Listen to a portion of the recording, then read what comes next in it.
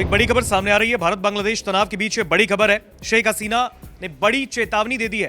भारत पर खुलकर शेख हसीना ने बयान दे दिया है और इस पूरे मामले पर हसीना के बेटे का भी बयान सामने आया है। तो ये बड़ी खबर, बांग्लादेश और हिंदुस्तान के बीच इस तरीके से भी तनाव की स्थिति है, इसमें पूर्व प्रधानमंत्री शेख हसीना का बयान सामने आया। क्या कुछ कहा है शेख हसीना ने, वो जानेंगे हम सोनम से। सोनम, जिस तरीके से इंडिया और बांग्लादेश के इस वक्त रिलेशंस है, कहीं ना कहीं एक तनाव है। इस बीच में अगर आपने देखा हो सेवन सिस्टर्स विवाद को लेकर बांग्लादेश से ये मांग उठी, ये आवाज उठी कि भारत के टुकड़े करेंगे। अब ऐसे में इस पूरे विवाद के बीच पूर्व प्रधानमंत्री का बयान सामने आया है, उसमें उनके बेटे ने भी कुछ कहा है। क्या है पूरा मामला? बिल्कुल, तो यहाँ पर ऋतिक, दरअसल भारत के जो पूर्वोत्तर राज्य हैं उनको लेकर गीदड़ भभकी बांग्लादेश की तरफ से दी गई। बांग्लादेश के एक नेता हैं, उन्होंने ये धमकी दी।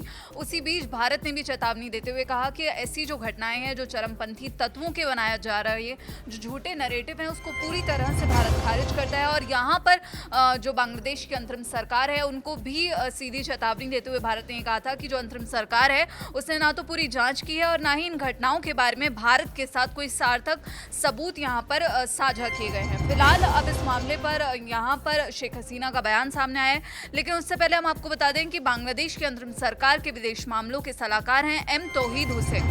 उनका बयान सामने आया। उन्होंने कहा कि चुनाव कैसे कराए जाने चाहिए, इसके बारे में बांग्लादेश को अपने पड़ोसियों की सलाह की जरूरत नहीं है। यानी कि बांग्लादेश अब भी लाइन पर आता हुआ नहीं दिख रहा है। फिर से वही जो बांग्लादेश का टोन है गीदड़ भभकी वाला, वही यहाँ पर उसने दोबारा दोहराया। यहाँ पर कहा गया कि हसीना के शासनकाल में जो हास्यास्पद चुनाव हुए थे उसके दौरान भारत चुप रहा, और यहाँ पर अब हम अगर एक निष्पक्ष चुनाव कराने की कोशिश कर रहे हैं, बढ़ रहे हैं, तो हमें अचानक सलाह दी जा रही है।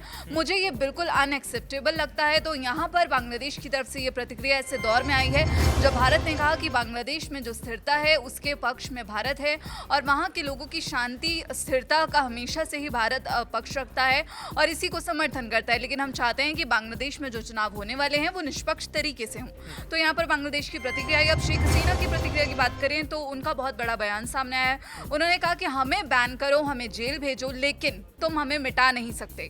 उन्होंने कहा कि अगर अवामी लीग पर बैन जारी रहता है तो जो चुनाव है, जो बांग्लादेश में इलेक्शंस होने वाले हैं, वो आजाद और निष्पक्ष नहीं। क्योंकि सोनम, अगर हम देखें इस बीच, तो जिस तरीके से बांग्लादेश में जब आम चुनाव अगले साल होने वाले हैं, तो ऐसे में कहीं ना कहीं उनकी पार्टी को भी बैन करने की पूरी बात थी, जो उनकी शेख हसीना की पार्टी है। लेकिन कहीं ना कहीं ये बहुत बड़ा बयान हो जाता है शेख हसीना का ऐसे वक्त पर जब उन्हीं की कंट्री से उनको बाहर किया गया है। एक तरफ बांग्लादेश लगातार शेख हसीना के प्रत्यर्पण की बात कर रहा है, वो भारत से कह रहा है कि वो इंडिया जो है वो शेख हसीना को बांग्लादेश को सौंप दे।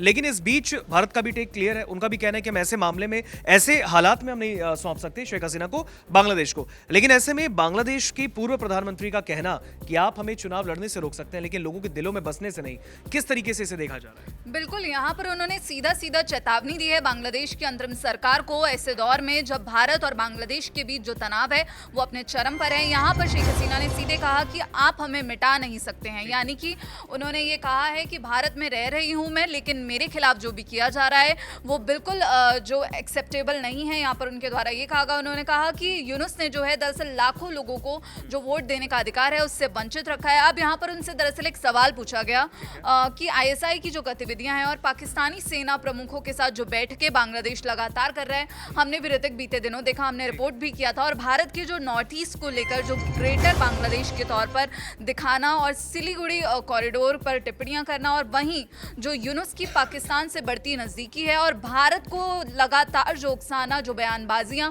बांग्लादेश की तरफ से देखी गई, तो इन पर जब शेख हसीना से उनकी राय पूछी गई तो उन्होंने सीधा कहा कि मुझे इस बात में कोई भी हैरानी नहीं है कि यूनुस जो है पाकिस्तान को गले लगाने में बहुत जल्दी कर रहे हैं। क्योंकि कहीं ना कहीं आपको याद होगा कि यूनुस को ही उन्होंने आरोप लगाया था शेख हसीना ने। उन्होंने कहा कि जो आज बांग्लादेश की हालत है इसके जिम्मेदार मोहम्मद यूनुस हैं। और अब जब एक बार फिर आम चुनाव होने वाला है तो कहीं ना कहीं बांग्लादेश से एक बार फिर से वो वही तस्वीर देखने को मिल रही है। आपने देखा होगा सेवन सिस्टर्स विवाद को लेकर बांग्लादेश में क्या तस्वीर थी।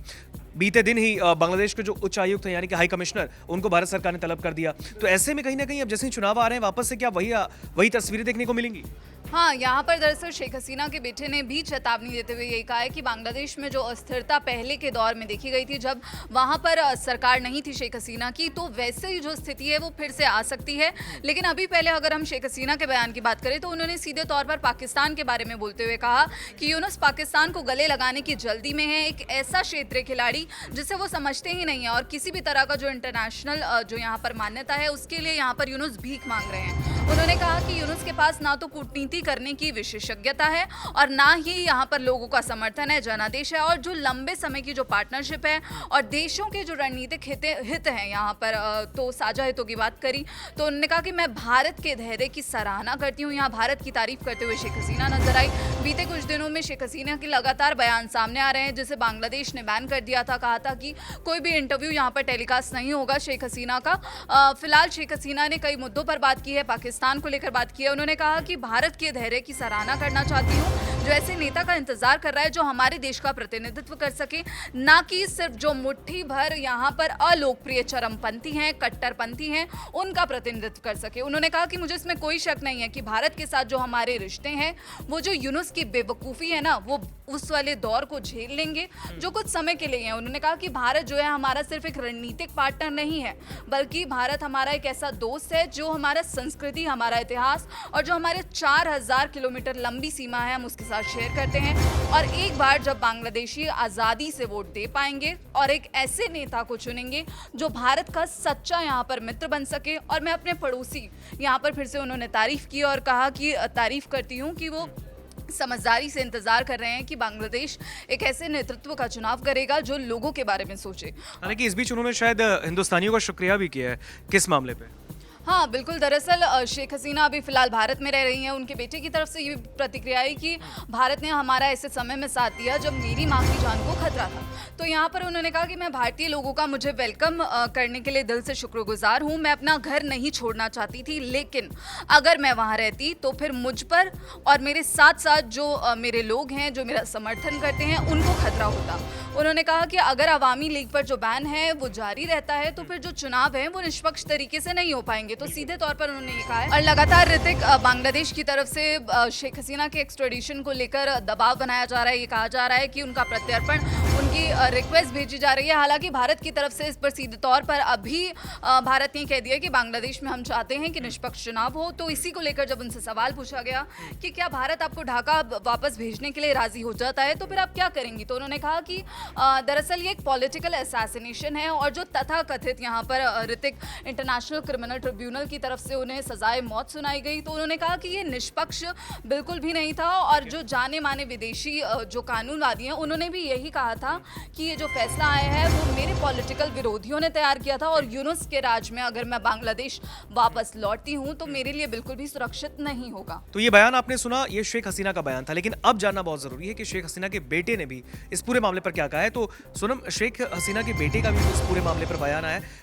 उन्होंने भी शायद भारत का शुक्रिया किया ऐसे मुश्किल घड़ी में और बांग्लादेश को आईना दिखाने का काम किया है यूनुस की सरकार को। क्या कह रहे हैं? बिल्कुल, यहाँ पर सीधे सीधे ऋतिक, यहाँ शेख हसीना के बेटे ने एक चेतावनी देते हुए कहा है कि जो बांग्लादेश है वो इस्लामिक राज्य बन रहा है और जो भारत में अब आतंकवाद लौट सकता है। और ये बयान अपने आप में महत्वपूर्ण हो जाता है, वो भी ऐसे दौर में जब भारत और बांग्लादेश के बीच जो कॉन्फ्लिक्ट है वो बहुत ज़्यादा बढ़ता जा रहा है और पाकिस्तान के साथ जो बांग्लादेश की नज़दीकियाँ हैं वो काफ़ी बढ़ रही हैं। तो यहाँ पर उसी को लेकर उनके बेटे ने, सजिब वाजिद जॉय, उन्होंने कहा कि यूनुस सरकार जमाते इस्लामी और जो अन्य इस्लामी पार्टियां हैं उनको खुली छूट दे रही है और बांग्लादेश तेजी से एक असफल इस्लामिक राज्य की ओर बढ़ रहा है। साथ ही उन्होंने कहा कि बांग्लादेश की जो सरकार है और पाकिस्तान के बीच जो बढ़ती नजदीकियां हैं उन पर उन्होंने कहा कि यह भारत के लिए गंभीर चिंता का विषय है और अवामी लीग की सरकार के दौरान जो भारत की पूर्वी सीमाएं हैं वो आतंकवाद से सुरक्षित थी। और यहाँ पर उनके बेटे की तरफ से ये चेतावनी दी गई है कि इससे पहले के दौर में बांग्लादेश का इस्तेमाल दरअसल भारत में